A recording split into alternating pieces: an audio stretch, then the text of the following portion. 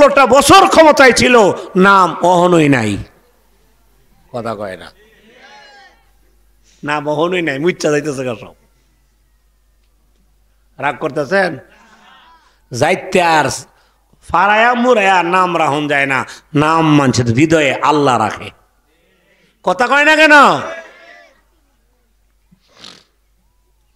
এই জন্য বলছে এমন জীবন করো হে গঠন, এমন জীবন তুমি করিবে গঠন, মরণে হাসিবে তুমি কাঁদিবে ভুবন। এমন জীবন তুমি করিও না গঠন, মরণে কাঁদিবে তুমি হাসিবে ভুবন। এমন একটা জীবন করেন, আপনি মরে গেলে আপনার সন্তানগুলা কান্দে, নাতি নাতকারগুলা কান্দে, পাশের মানুষগুলো আপনার জন্য কান্দে, পাড়া প্রতিবেশীর মানুষগুলো আপনার জন্য কান্দে। আর এইটা কখন হবে? যদি আপনি প্রতিবেশীর হকটা আদায় করেন, প্রতিবেশীকে কোনোদিন কষ্ট দিলেন না, বাড়ির মানুষকে কষ্ট দিলেন না, অন্যের হক জীবনে কোনোদিন মারলেন না।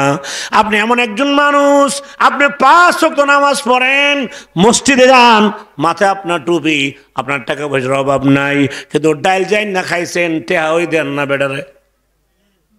এই জাতের লোক বোধহয় শান্তিপুরটা নাই।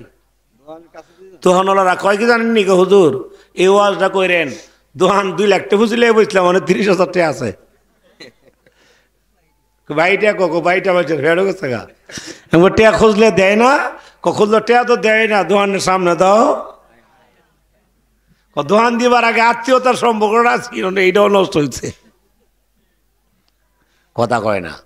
এমন মুসলমান আমরা তো আসিনি ভাইচা, মরার লগে লগে জান্নাত লেডি। হ্যাঁ কি ব্যস্ত রেডি, পিটামুর একটা মাঠে সালা বাইন্দা কবর যাওয়া লাগবো। প্রিয় ভাইরা, এই জন্য চলুন নিজের আখলাক চরিত্র সুন্দর করি। এক সাহাবী বলছে, ইয়া রাসূলুল্লাহ, আপনার সাথে জান্নাতে থাকতে চাই। আল্লাহু আকবার কোন। সাহাবী বলে, ইয়া রাসূলুল্লাহ, আপনার সাথে জান্নাতে থাকতে চাই। নবীর সাথে জান্নাতে থাকতে মন চায় কি চায় না? আরো জোরে কোন। আমাদের দেশে একদল আছে যারা নবীর প্রেমে খালি মাতোয়ারা। আল্লাহ নবী আন্নারা নবে গায়া আপনি নবী আমার জীবনের ভালো রহমাতুল লিল আলামিন, তুমি হও উম্মতের জাবির, গুনাহগারের আপনজন।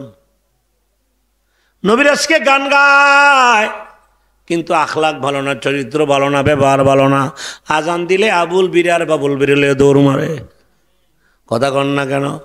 মসজিদের সামনে দোকানদারি করে, মসজিদের মুসল্লির কাছে বেচে, সব মাল বেচে মুসল্লির কাছে। দোকানদার মসজিদের সামনে আজান দিলে দোকান বন্ধ করে বাইর জায়গা। কথা কয় না। আমি নিজে দেখছি মসজিদের সামনে দোকান, দোকান মসজিদে